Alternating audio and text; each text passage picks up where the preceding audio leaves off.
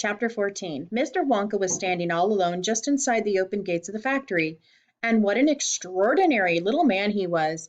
He had a black top hat on his head. He wore a tailcoat made of a beautiful plum-colored velvet.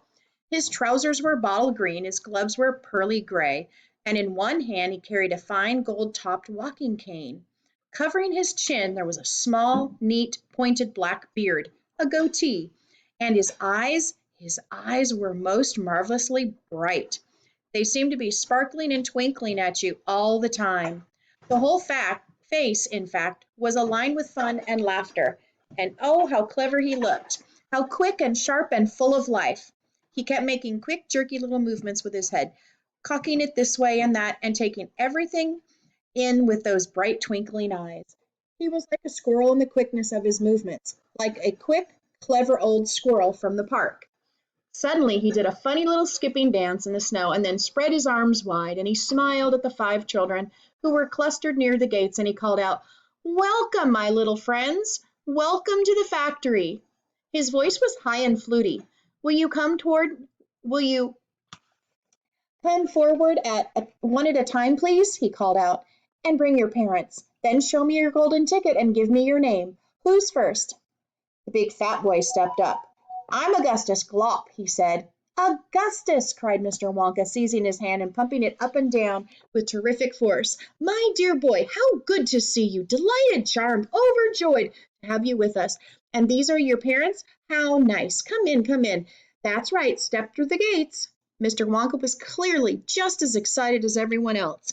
"My name," said the next child to go forward, "is Veruca Salt." "My dear Veruca, how do you do? What a pleasure this is. You do have an interesting name, don't you? I always thought that a verruca was a sort of wart that you got on the sole of your foot. But I must be wrong, mustn't I? How pretty you look in that lovely mink coat. I'm so glad you could come. Dear me, this is going to be such an exciting day. I do hope you enjoy it. I'm sure you will. I know you will. Your father, how are you, Mr. Salt and Mrs. Salt? Overjoyed to see you. Yes, the ticket is quite in order. Please go in." The next 2 children, Violet Beauregard and Mike TV, came forward to have their tickets examined and then to have their arms practically pumped off their shoulders by the energetic Mr. Wonka. At last of all, a small, nervous voice whispered, "Charlie Bucket?" "Charlie!" cried Mr. Wonka. "Well, well, well! So there you are! You're the one who found your ticket only yesterday, aren't you?" "Yes, yes, I read all about it in the morning papers. Just in time, my dear boy. I'm so glad, so happy for you. And this? Your grandfather? Delighted to meet you, sir. Overjoyed, enraptured, enchanted. All right, excellent. Is everybody in now? 5 children? Yes, good. Now, will you please follow me? Our tour is about to begin. But do keep together. Please don't wander off by yourselves. You shouldn't be like those. You shouldn't like to lose any of you at this stage of the proceedings. Oh, dear me, no." Charlie glanced back over his shoulder and saw the great iron entrance gate slowly closing behind him.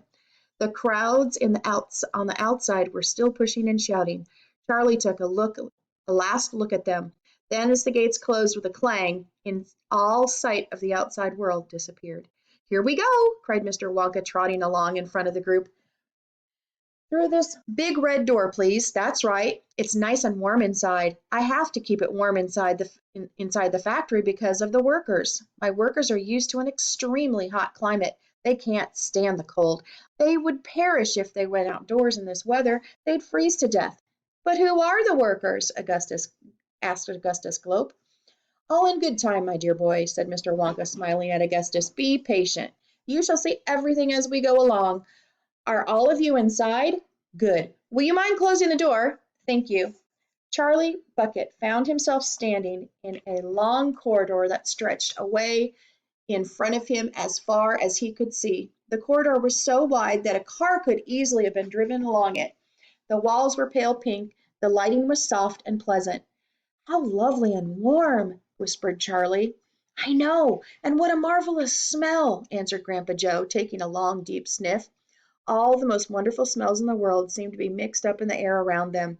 The smell of roasting coffee and burnt sugar and melting chocolate and mint and violets and crushed hazelnuts and apple blossoms and caramel and lemon peel.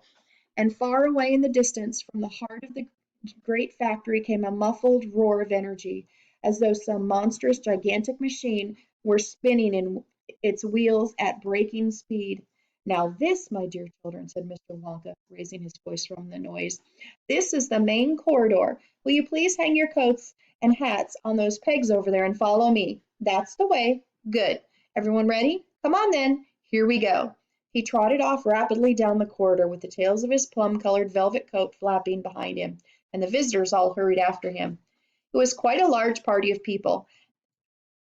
When you came to think of it, there were 9 grown-ups and 5 children, 14 in all, so you can imagine that there was a good deal of pushing and shoving as they hustled and bustled down the passage, trying to keep up with the swift little figure in front of them. "Come on," said Mr. Wonka. "Get a move on, please. We'll never get around today if you dawdle like this." Soon he turned right off the main corridor into another slightly narrower passage. Then he turned left, then left again, then right, then left, then right, then right, then left. The place was like a gigantic rabbit warren, with passages leading the way, and that in every direction. "Don't let go of my hand, Charlie," whispered Grandpa Joe. "Notice how all these passages are sloping downward," called Mr. Wonka. "We are now going underground. All the most important rooms in my factory are deep down below the surface." "Why is that?" somebody asked.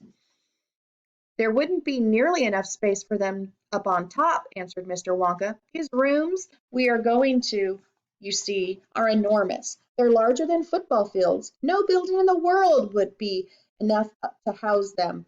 But down here underneath the ground, I've got all the space I want. There's no limit as long as I hollow it out." Mr. Wonka turned right. He turned left. He turned right again.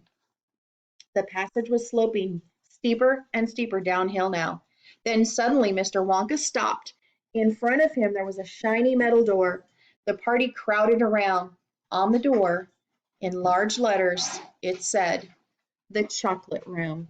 Chapter 15, The Chocolate Room. "An important room, this," cried Mr. Wonka, taking a bunch of keys from his pocket and slipping one into the keyhole of the door. "This is the nerve center of the whole factory, the heart of the whole business, and so beautiful. I insist upon my rooms being beautiful. I can't abide ugliness in factories. In we go in then, but do be careful, my dear children. Don't lose your heads. Don't get overexcited. Keep calm." Mr. Wonka opened the door. 5 children and 9 grown-ups pushed their way in, and oh, what an amazing sight it was that now met their eyes. They were looking down upon a lovely valley. There were green meadows on either side of the valley, and along the bottom of it there flowed a great brown river. What's more, there was a tremendous waterfall halfway along the river, a steep cliff over which the water curled and rolled in a solid sheet, and then went crashing down into a boiling, churning whirlpool of froth and spray. Below the waterfall, and this was the most astonishing sight of all, a whole mass of enormous glass pipes were dangling down into the river from somewhere high up in the ceiling. They really were enormous, those pipes. There must have been a dozen of them at least, and they were sucking up the brownish, muddy water from the river and carrying it away to goodness knows where. And because they were made of glass, you could see the liquid flowing and bubbling along inside them. And above the noise of the waterfall, you could hear the never-ending sucking sound of the pipes as they did their work. Great, graceful trees and bushes were growing along the riverbanks, weeping willows and alders, and tall clumps of rhododendrons with their pink and red and mauve blossoms. In the meadow there were thousands of buttercups.